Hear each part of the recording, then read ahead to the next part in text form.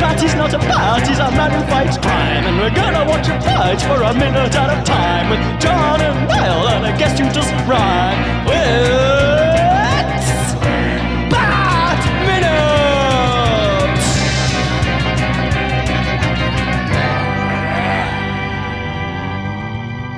Minute! Attention, citizens of fair Gotham. Welcome once again to Bat Minute and Robin, the show that walks all over the backs of those who slaved over this film to bring you this ridiculous podcast 3 days a week.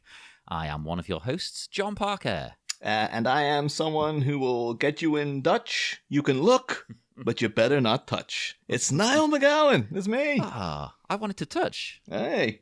That's a shame. That's a shame. But just look, don't touch. Touch, but don't taste. Oh my God.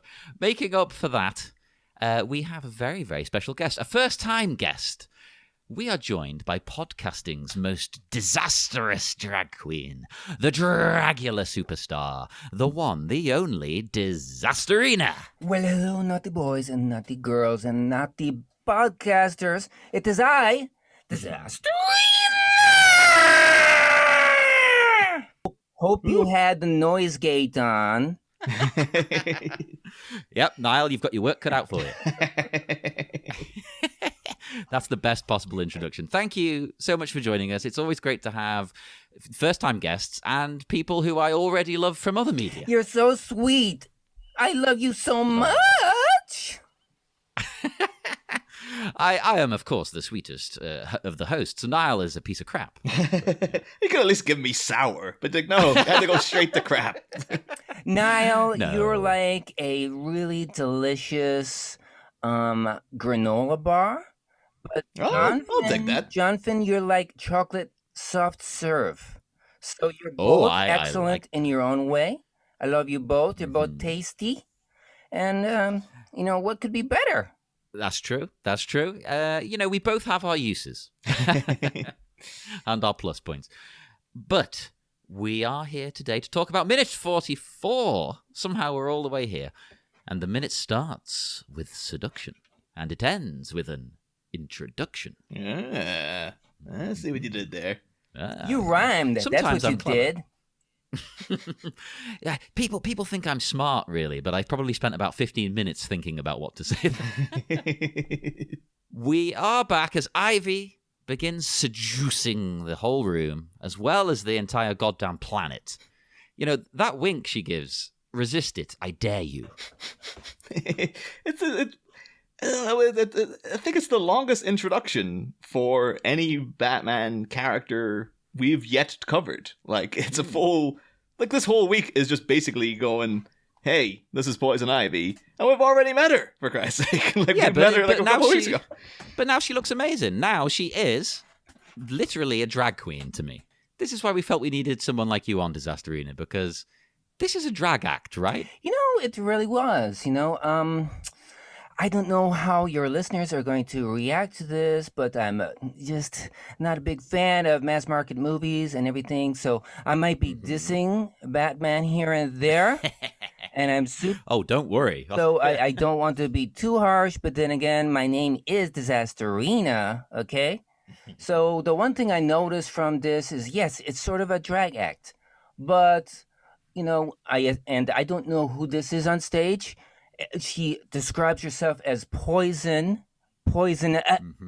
So I'm not sure exactly who it is. It could be anybody. I think that's her saying, I'm poisoned, Yes. and then she's going, poison, and that's her. The next minute, she keels over dead. Okay, that's true. That's even more complicated. Doesn't have to be a name. But anyway, this person who claims that they are poison, they, it reminds me of being at Comic-Con. I am a convention bitch. Me and my lady wife, Ave Rose, we do all the conventions. We do Comic-Con, and then we do, Monsterpalooza and all these things to try to make money and to try to generate interest in our crazy personages. And particularly at Comic-Con, which is the big one, San Diego, there's like 100,000 people go there every year, except for last year where 0 went. But that was an aberration. For obvious reasons. But we see a lot of poison ivies. So I'm assuming then that this is poison ivy. And we have a little running joke at Comic-Con, which is our own little trope, which is called the mediocre poison ivy. And we see people out there. Oh, I love cosplayers. I love people who try. I love people who dress up. But nonetheless, I'm a drag queen here. I kind of get critical here and there, just for my own funny sort of like, my own way to think about things. And, don't want to, like I said, don't want to offend anybody, but there's this mediocre poison ivy. Anyway, what I'm seeing here is a mediocre poison ivy on this 1 minute clip. All right. Look at this outfit. All right. It's like very well fitted, but it's not that elaborate. Okay. There's some flourishes, but there's the usual, green pantyhose. Can you do more than green pantyhose? Okay. That's true. Can you do something else? Can you have like a long boot? Can you do some like design on the pantyhose? Can you do more than like a onesie bodice? Can you do more? The makeup is very minimal. And if you go to the last second, you can see that it is not applied correctly. On the left eye, the Prosade has come off a little bit. So it is, there's this like weird little eyebrow interest, which kind of looks like a leaf. Whoever did that behind the scenes, they should be ashamed of themselves because it's coming off. They have like, is this pre-digital effects or something? Because you can go in there and you can fix that shit.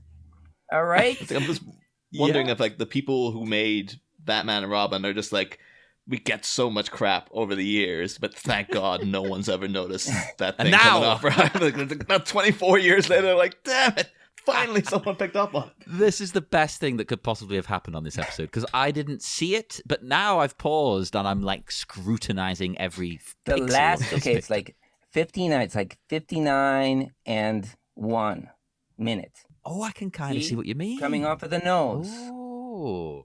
Not good. Oh, my God. I'm a trash queen. I can get away with that. Uma Thurman, one of the most beautiful people in the whole world, cannot get away with that, all right? Because people like me are sitting here I'm not a beautiful woman, and I'm going, I wish I was a beautiful woman.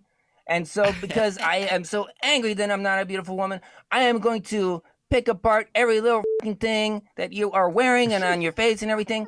So I'm telling you, this is very disappointing. So we're going to call out the makeup artists on this film. We're going to get them on the show to defend themselves. I'm calling out the costume designer, too. I think this is a mediocre poison ivy. I hate to say it. Oh, I hate to say it. This is a mediocre poison ivy. I mean, Uma Thurman, like I said, supermodel, right? Beautiful, wonderful, great actor. And then I'm just seeing a very mediocre outfit here. Just nothing exciting going on with it. It is just your basic bitch. You know what I'm saying? To be fair though, she is there. So I think she's going to steal this diamond, the god. So I think this is like she still ain't got a pot to piss in level of poison ivy. So she's not got all. Like, I've got no clothes. All I have are green pantyhose. But after she accumulates a bit of stolen wealth, then maybe she'll grow a bit flashier later on in the movie. That's true. Well, I don't know what you're talking about because I haven't seen this movie. I've only seen the 1 minute.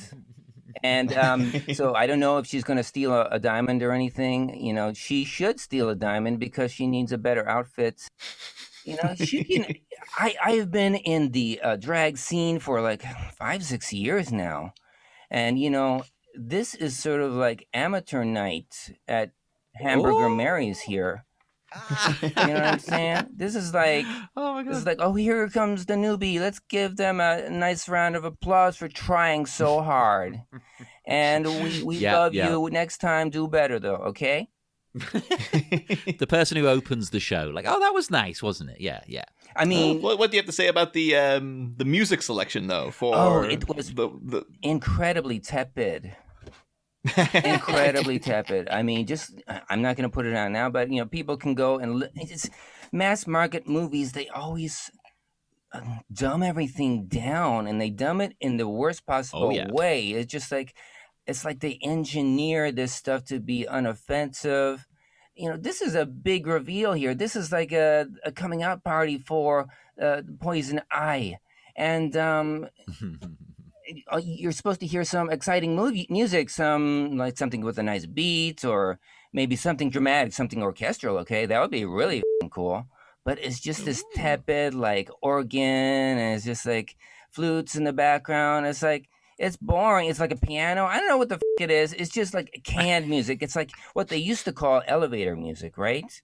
Yeah. Oh, okay. Yeah, I can kind of hear that. So it's disappointing on those fronts for sure. But I should mention, though, just so people are wondering what this song is, because this is Poison making their introduction in this minute. This is actually the song Poison Ivy. It's an instrumental cover version of that. And the Poison Ivy song was originally done by a band called The Coasters in 1959, and it was written by Jerry Lieber and Mike Stoller, who are the guys who wrote, like, Hound Dog and Jailhouse Rock and Stand By Me. So and kind of like Spanish an early rock Harlem. and roll song, kind of like maybe like a rockabilly or something like that? Yeah, exactly, very much so, yeah. And they also wrote Yakety Yak, which Don't Talk was a Back. place in my heart. Exactly. Hey. And that song is a firm place in my heart in coordination with this movie, because I always associate it with, the movie Twins with Arnold Schwarzenegger and Danny DeVito. And I think Arnold's finest moment in any film ever is when someone walks into him as he's coming out of the shower, and he's singing Yakety Yak at the top of his voice. Wow. And he just sort of appears into the frame going, Yakety Yak, don't talk back! Like, thrusting his finger as if he's telling somebody off when there's no one else in the room. Hey, that's Arnold. That's how he rolls, It's like, it's fantastic, but Anything Arnold say, it's brilliant. It's just what a Exactly, voice. exactly. That's why Arnold Schwarzenegger is so famous. Is just so obtuse. Everything he says, everything he does, is just so ridiculous. He can't help it. He cannot help it. Well, here in the minute, I actually, despite insulting George Clooney most of the film, I think here he actually does something quite good. Which is? He does some nice subtle acting, subtle for this movie, when he does a small gulp when he sees Ivy's wink. It's not too over the top, which makes me think that either he's an amazing actor here, or it's his genuine reaction to Uma Thurman, and he didn't intend it to be on film. Like, oh my God. I'm looking at it in slow-mo right now. I'm not sure that's a gulp. It looks... Oh, yeah, I think you're right. It is a gulp. At first, I thought he was just clenching his jaw, but I do think it is a small gulp. I think you're right. Oh, that could work too, though, the clench, And I just think it's George Clooney going, oh my God. Well, I think George Clooney looks very bored this whole time. This other person with the shorter hair and the weird eye interest. I guess you're saying this is Robin. Now Robin here is totally enthralled. I think they come into this minute like 4 different times. Batman's like either jealous or bored, or really put off, or just feels very threatened. And then this other one is like, oh my God, it's almost like they find out at this one moment that they're a trans woman, and they're like, oh my God, Uma Thurman is so beautiful. I want to be Uma Thurman. That's kind of what it seems like to me. It's so enthralled. It's it doesn't look hetero to me. It looks like an aspirational kind of thing. It's like, I think it's a trans moment. That's amazing that you say that, actually, because I've never seen it that way, but it makes absolutely perfect sense. And this movie is renowned for being queer. Really? Yeah. Oh, very much so. This one in particular, like a lot of them have queer elements, but this is the queer movie. Yeah. It's intensely fetishistic. Why is it seen as the queer movie? Is it the way it looks, or the way that people are acting, or? It's all of the above, and it's like it's made by a gay man, Joel Schumacher, and he has a whole policy of, I'm going to objectify all bodies. So there's just as many shots of the male physique as there are the female. Oh, good. Yeah, and it's camp and it's over the top. It's silly. As I say, Uma Thurman is basically a drag queen throughout the whole damn thing. Batman and Robin's relationship is always slightly, homoerotic. And there's close-ups of their butts and everything. Like he just goes overboard with all of this stuff. So I like this new edition of the trans allegory. Well, I think there's other people who have like interpreted like we had someone on previously who interpreted as Poison Ivy being, tempting these two characters who many could believe are in a homosexual relationship. Batman and Robin, they live together up in this house in the hill and stuff. And their whole team dynamic is broken up by the temptations of this, heterosexual woman and she's the villain of the piece. That's right. And the temptation gets very complicated once you think of it as more aspirational for Robin. It's like looking at someone who is like, this is, stirring something in me, something that I want to be something else. That's what I see. I don't see it as a sexual thing at all. It's just like pure shock and admiration and aspiration. That's good. That's amazing. Because, superheroes are over-the-top flamboyant characters, so we would be kind of drawn to this figure. And also, like, I'm trying to think how to word this. He is constantly, every time he sees a woman, an attractive woman, he just loses his mind in this film. All the time. Not just with Uma Thurman. Any attractive woman, he like can't keep his tongue in his mouth. Right. So maybe it's not a sexual thing. That's how we read it, but maybe not. Maybe this is totally maybe it seems strange, but it's totally realistic now in a different way, I like it. It's an interesting contrast to this bad character over here, which just seems, I think that you mentioned the gulp, but I'm thinking that gulp is a little, I think it's a fake gulp. You know what I'm saying? This person seems bored. This person seems jealous, a little angry. This is like competition right here. Yeah. It's not a good look for anybody, especially not somebody with such an outfit like this, right? I don't know. I think you need to be more menacing. You can't be just like a smoldering, jealous nincompoop, dressed like a superhero. You have to do something. You have to be more of a superhero. I look at this and I think, what would what's his name? What would Adam West do? Right? Adam West always had the looks. Always was like knew exactly what to do with that chin. I don't think this guy here. You say is George Clooney. I don't think this guy knows what to do with his chin. I think he's embarrassed because his chin is getting all this play, right? And he doesn't know what to do with it yet. But Adam West would know what to do with that chin. You're right. Batman is all about, I've brought this up in previous seasons, Batman is all about the chin and the lips. That's the two most important things with Batman. That's all you're seeing. So you kind of have to act with them. I have to say, too, the mask in this scene, in this minute, probably the worst it looks in the entire film. Oh, it looks cheap. Too. It looks really cheap. It looks absolutely terrible. Like, and talking about the Uma Thurman's eyewear not sticking right, this doesn't look like it fits on his head properly. No. It looks like there's too much space in there. Tough. It's really a risk to go and with this uniform, this Batman uniform, and put an expression on it. That screws up the acting, right? It's like you have this furrowed brow and this sort of like intense, kind of like angry, determined look or whatever. And I would rather see it, on the actor. And this whole movie is trying to evoke the 60s and Adam West and things. And sometimes it does succeed.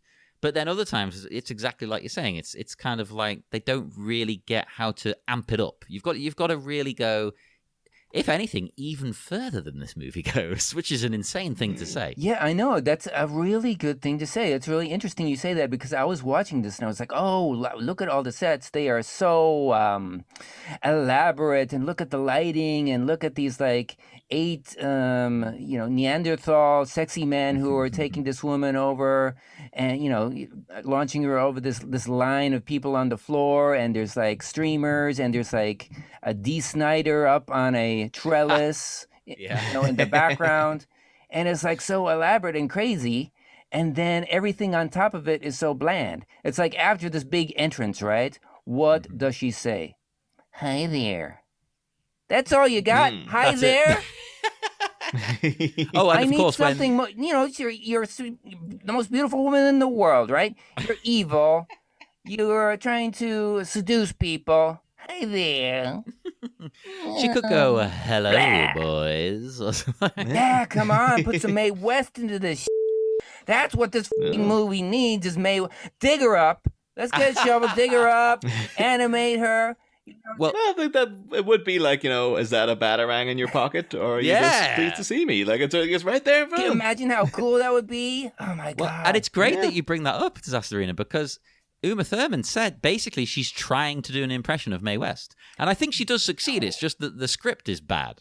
Yes, that's the main thing about mass market movies that always comes out is just that the script is so bad you just can't stand it. It's just so tepid and bland, and everything is turned down. Everything is made acceptable for grandma, and it's just garbage. It's the most garbagey stuff ever because it's all this effort that goes into it, all this gargantuan, the makeup artists and the all the costumes and all the lighting and everything is just all turned into a mediocre situation. So the theme here is mediocre Poison Ivy. Well, this is a mediocre everything. It's just like mass market mediocre movie.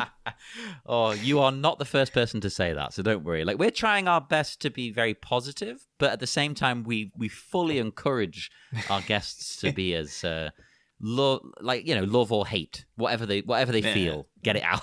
But we do have Poison Ivy here at one point. She does the old that old number of turning her back and then winking over her shoulder, which classic maneuver. Yeah, sexy. Always makes me think of the ABBA "Take a Chance on Me" video, which I'm pretty certain is not where it comes from. I'm certain I never liked long. ABBA, and I never found ABBA sexy. Uma Thurman's sexy. Yeah, so.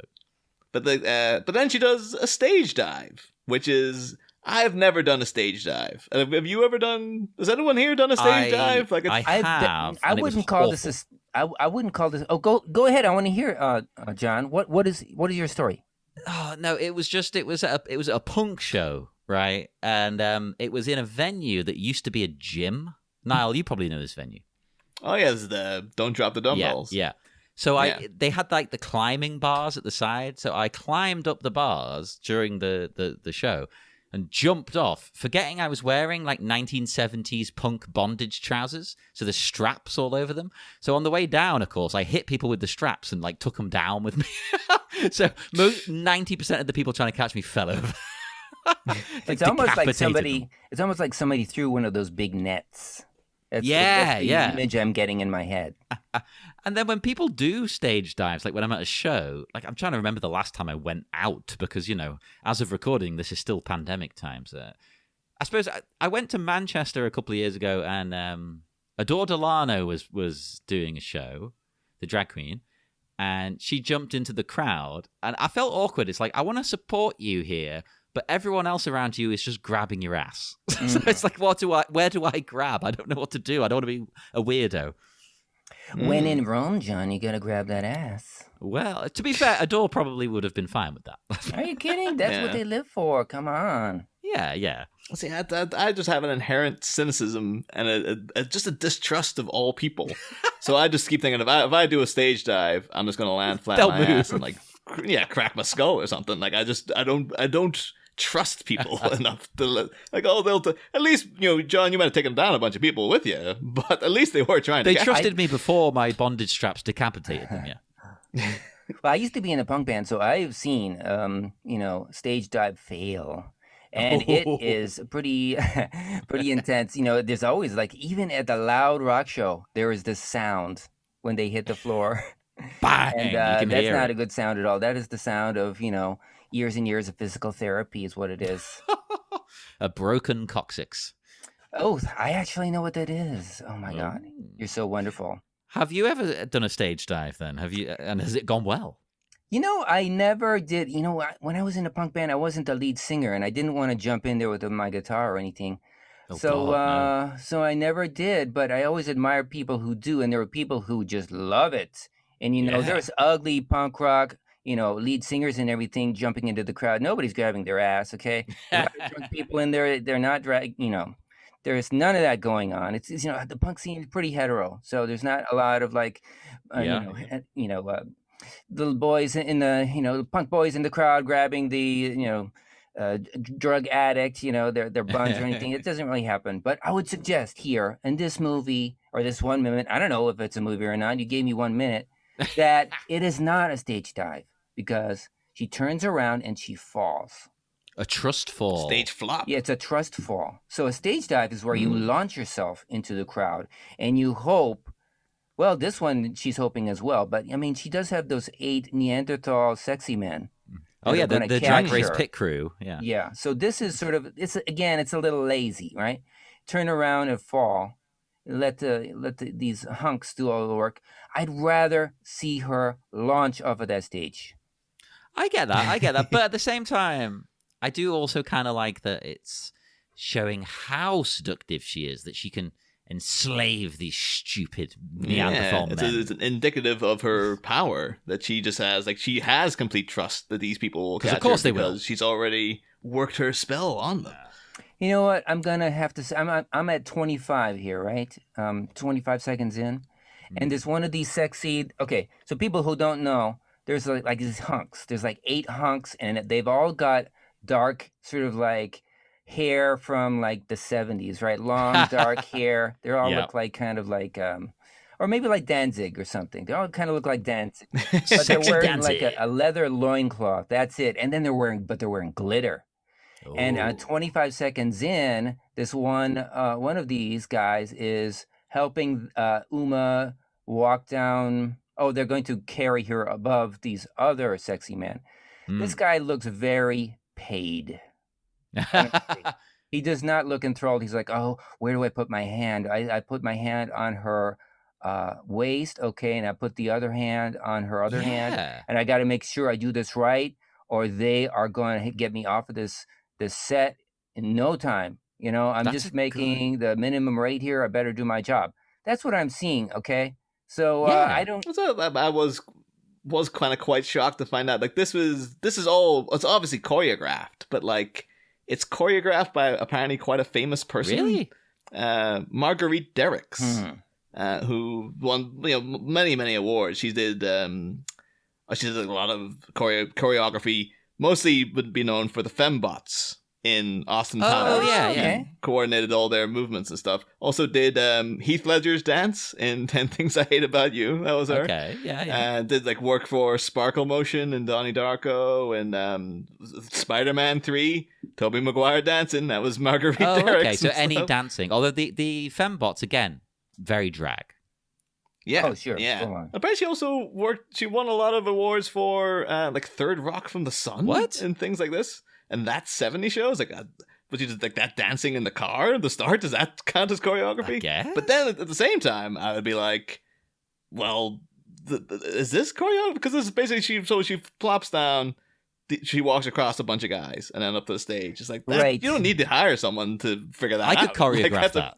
Yeah, yeah, it's pretty simple. these meatheads don't look really into it, honestly. No, that's true. Actually, I've not thought about that. You're right about this guy. Like on the surface, he seems like, oh yeah, great, okay, he's helping her. But you're right. He looks like he's really thinking about everything. Like, okay, I put my hand around here. He's and I like, don't lead her this f it up. way." Oh, I better not Yeah. f this up. He's not thinking, oh, this is the most beautiful woman in the world. So Yeah. there's something there. They should have hired actors, like, because clearly these are Yes. just like some reject Yes. Chippendales or something. Yep, full on. They look like I'm getting very heavy like Fabio Yeah. vibes from them. And then the fact that there's a little like someone as a parakeet behind Oh, one of you them. noticed it. I was like wondering, what kind of animal is that? It is a parakeet. You're right.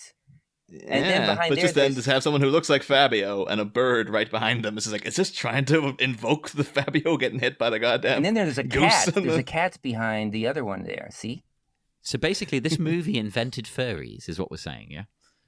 Well, like those people are having a great time Yeah. because everyone else is entranced, but like the parakeets and the cat person, they're just like, oh yeah, maybe they're the only people who are like, oh, we know what we're into. We're not into poison ivy, quite frankly. Look at 20. Talk about people who are not into this. Look at 26 seconds in. There's a security guard cop which is hanging out in the background there, just sort of like, what the is this, going on over here? Yeah, he's like the security at the club who's just hired by the club. Like, what's going on?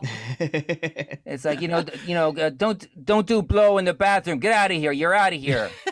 You could just be like, I'm not paying enough for this. I should be stopping this because I guess this is an intruder, but like, fuck. Or maybe they're thinking out the role a little too much. It's like, you're okay. The direction is, you're a cop. You're all stoic, and this is an outrage. It's just too elaborate, and it just makes this person just look bored. It just looks like this standing in the background, just waiting for it to be over. Just make sure that nothing really terrible happens. I'd have had it so like the crowd are so enthralled that they're all trying to sort of reach out and touch her, but these muscly guys are keeping them at bay. Yeah. Like don't you go near her, John. We need to do a remake of this movie, and you need to be to the director. That's a really good idea. I think, as a trio, we are going to remake this film. For I think that's the only thing that's changed. Yeah. Nothing else. 1 minute, and the rest of it's like, no, it's exactly the same film. We'll just do this scene. I think we should extrapolate this minute and do it right. It's true. It is true. I do like some parts of this, though. I really like the concept of what she's doing. Yes, it is. Yes. Yeah, I totally agree. It's just like asserting her power, her will, her dominance. Yes. This whole movie is erotic. Mm-hmm. I mean, I think one thing I noted, and it's like, this is one of those looking too deeply into the thing. We have to. That's Impossible.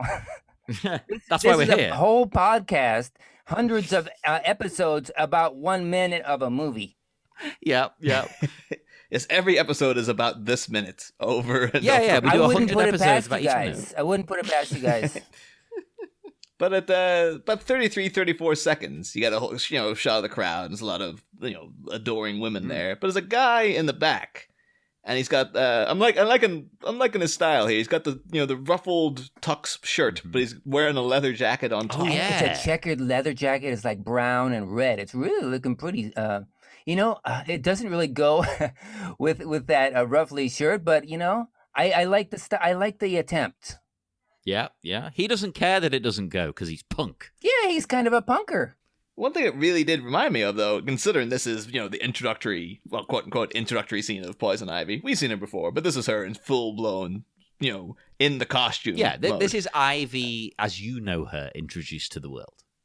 Yeah, but that design, the jacket, this kind of, brown or black and red, in a kind of diamond formation, really reminded me of Harley Quinn, who... And forever, since nearly her own inception, Harley Quinn, since like January of 1993, when they did the episode Harley and Ivy, Harley Quinn and Poison Ivy have been associated together. And now, of course, in the comics and on television, they are a couple. Yeah. They're an actual, full-blown LGBT plus, couple.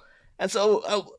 It probably isn't, but I do like to think that, people working on this movie in 1997 would be aware of Batman and what was happening in the TV show and stuff. Mm-hmm. So they might have threw in a subtle little Harley reference there just to be like, that's right, because even in that first episode where they featured together, there's scenes of them hanging around in their underwear together and stuff, and it's very, very heavily implied from the get-go that these two are very cozy. Yeah. So, it could be the fact that he's got an adoring guy looking at her wearing Harley's colors and stuff and design. I like the idea of that Easter egg. That's really an interesting, compelling idea.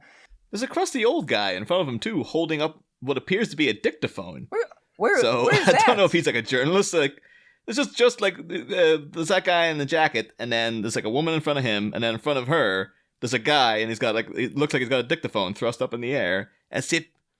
Yeah, unless he's trying to record the dance, or he's really into this cover of Poison Ivy. He's like, "Holy crap, I gotta get this one!" I've got the portable recorder here now that we used once when we went to see Star Wars: The Rise of Skywalker, and then I've never used it for the show since. Wait a minute, when was this movie done? Maybe this is a pager. Oh, that's a good point. Maybe this guy is like holding up the pager. Hey, Uma, you gotta call back. Page me.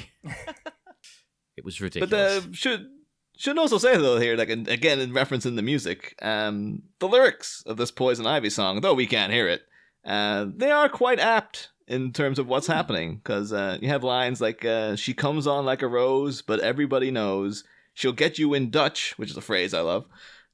You can look, but you better not touch. And then poison ivy.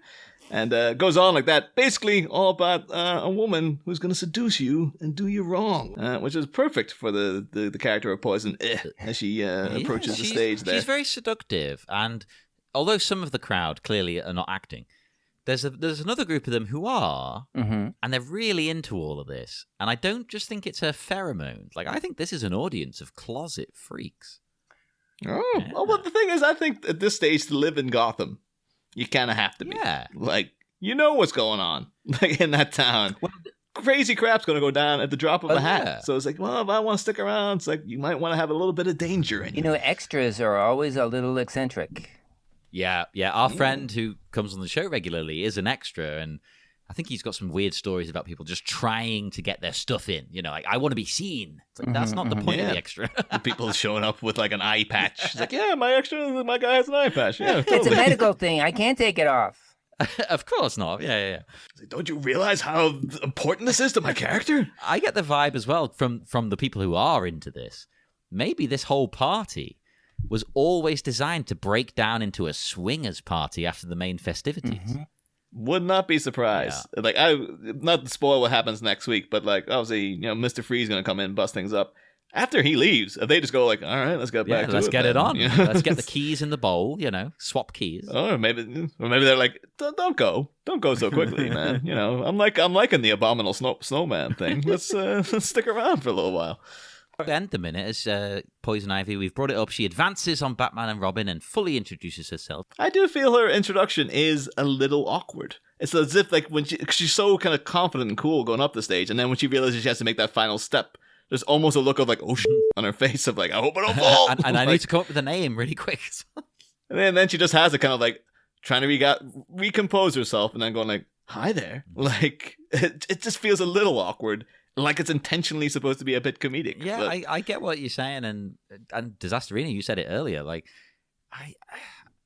I like what happens, but I think it would be better if she went like even further with it and was like even more suggestive and sexual. It's like, hello, boys, kind of a thing. Yeah, rather than just. I love the idea of like sexual innuendo joke right there. That's what you do. That's what Mae West would do. I mean. That's what Mae West would do. That's what Poison Ivy should do. The whole point of her is that she is seduction.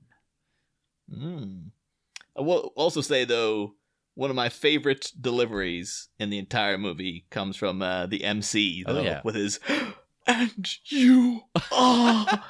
Which is just like, that is a guy who's like, all right, I've only got like 3 lines, so I'm fucking making these He knows what kind of a movie he's in. Look at his furrowed brow. Look at his 58 seconds in. Look at that furrowed brow. I think the same. It might be a prosthetic because it looks exactly like Batman's. Look at it. It does. It does. Maybe he's trying to hook up with Batman after. He's like, all right, maybe if I had the same.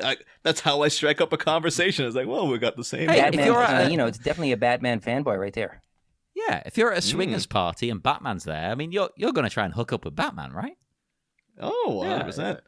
Well, they just feel bad for Robin then because it's going to be like, no one cares. Don't worry about Robin. Don't worry about Robin. He's got his own problems. Oh, my God. But yeah, I don't know. Has anyone got any other notes for this particular minute? Well, let's see. I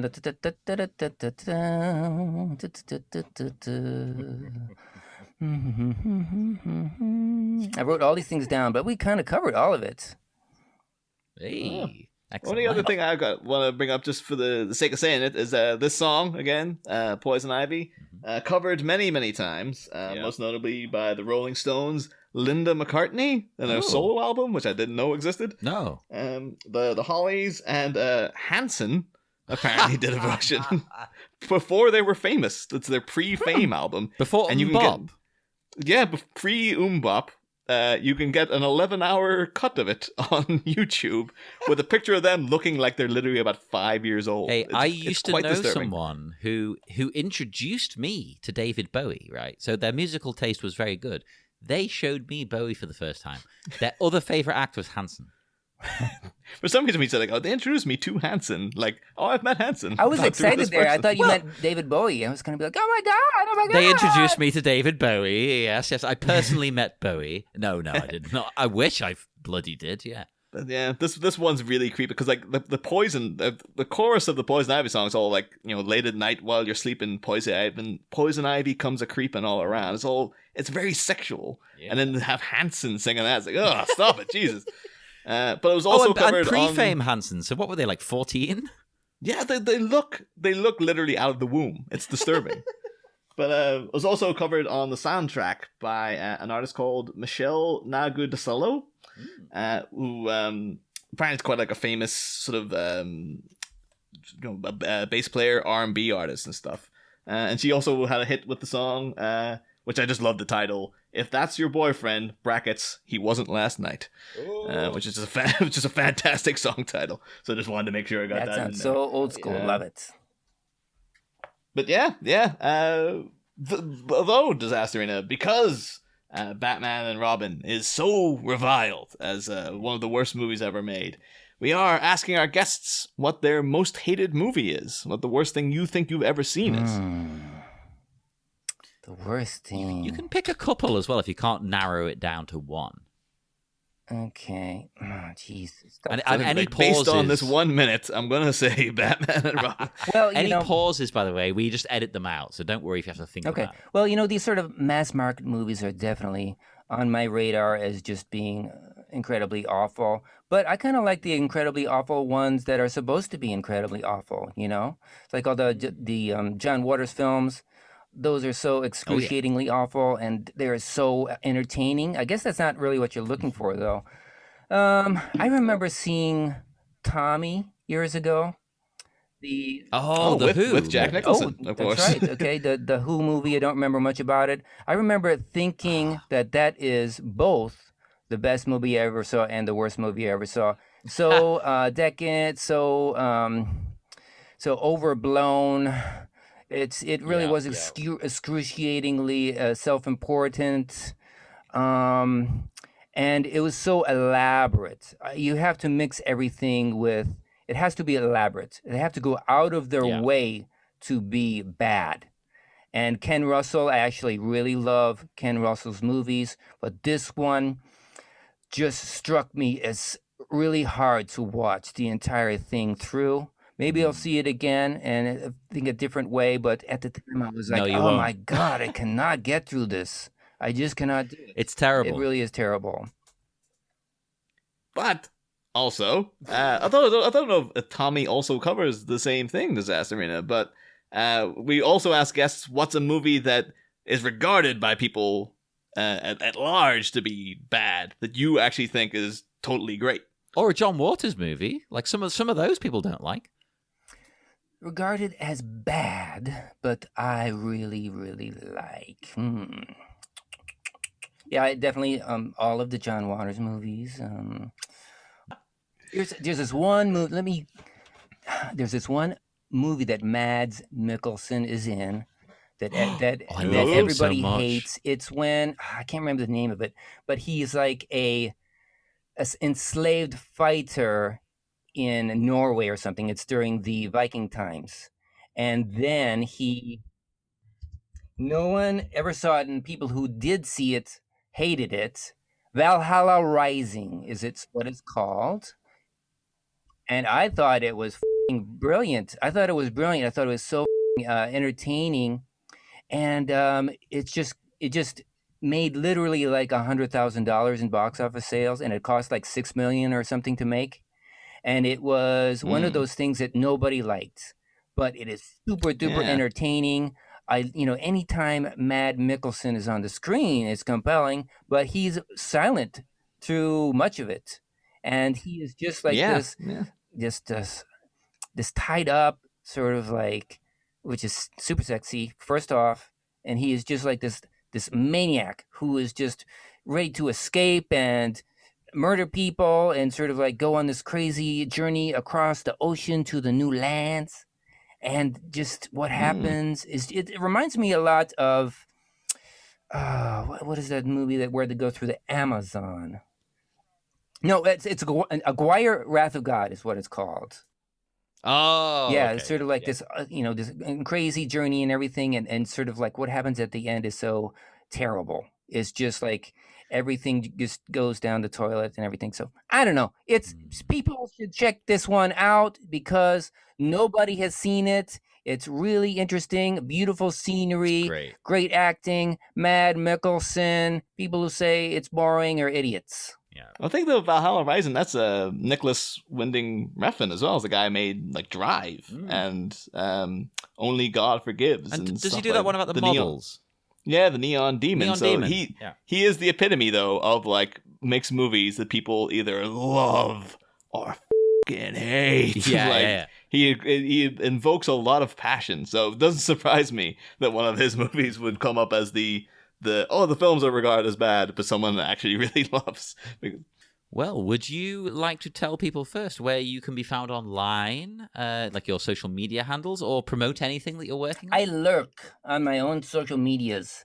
So it doesn't matter where you go, what thing you sort of contact me on. I am there lurking. I am waiting. And just say the right things. Otherwise, I'll delete and ban you. But just you can go to Twitter. You can go to, YouTube, whatever. Just Disasterina. It's disaster with an INA at the end. And in fact, you could just go into the interwebs and put in Disasterina and then do an email and send, and I'll get it. And come and speak to us on Facebook at the Bat-Minute Listeners Cave, on Twitter at Bat-Minute, Instagram, the Bat-Minute, because some jerk took the straight-up Bat-Minute account. I hate you, whoever you are. I'm going to send hitmen. We'll be back again on Friday with more Bat-Minute and Robin and a new guest. See you then, Batmites. Next time, tantalizing tongue wagging. An intro ends to howls of hysteria as our heroes are hexed by the Witch of Wisteria. The debaucherous debutante taunts our dynamic duo with double entendres and saucy salutations. But can the Crusaders crack the spell of pheromonal flirtation? Our hearts are aflutter on Friday, folks. Same Bat Pod, different Bat Minute. We'll be back.